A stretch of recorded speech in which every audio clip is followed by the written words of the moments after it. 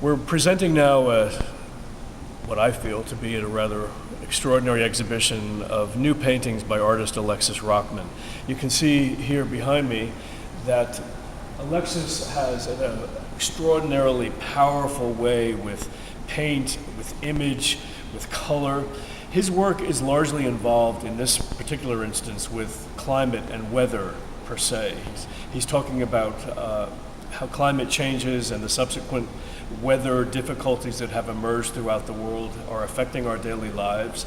But he's doing it in a very artful way. He's almost the way Turner might have done, or Constable, or some other painters who deal in a somewhat abstract way with climate and weather, but he's dealing with it in a very physical, almost expressionistic way. If you look at the magnificent strokes of darkness, what he wants is to invite you into an emotional experience with the scene that he's setting up. He is creating a narrative, a story for you. I mean, you can see that you're in the ocean here and the clouds are gathering.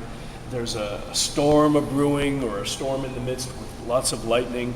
But he's not just giving you a photograph of a storm. He's creating an emotional environment through his colors and through his brushwork that invites you into the feeling of a storm, as if you were in the ocean yourself. Same over here, if I can strut you over here for a second.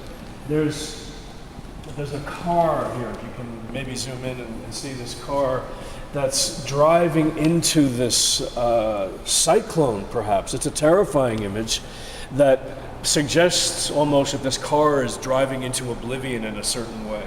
That you wonder about who is in the car, where are they going, why are they doing this? Why don't they turn around? Why don't they get out of here? But he does it through magnificent combination of colors, energetic strokes, and so forth. The artist said to me that he has to exercise every morning before he goes to these canvases. They're all works on paper. They're painting on paper, because he's so physically engaged with the work, so physically involved with the paint, also with wax, with resin, other things that he uses, that it's exhausting for him. And also, the materials that he uses dry so quickly on the paper. This is 300-pound paper that he's working on. But it dries so quickly that he has to work fast. He has to work furiously. So in a sense, his working process is similar to the fury that you see in the paintings right here. That he almost is a cyclone of activity working on the canvas in a very muscular, interactive kind of a way. This piece by Johanna Bresnik is called Only Liebesraum, and which means without living space. Living space is alluding to Hitler's plan for creating more living space for German population growth. In terms of Bresnik's family history, this without living space title refers to her grandparents being without living space in Germany and fleeing to the US. As they moved around, this antique carpet in their family became a transient home. And atop this carpet is a self-portrait of the artist, where she's lifting back the carpet to reveal foam that's painted to look as though it is cold. And she raises her hand in a kind of confused gesture, a questioning gesture. What do I do with the past, perhaps?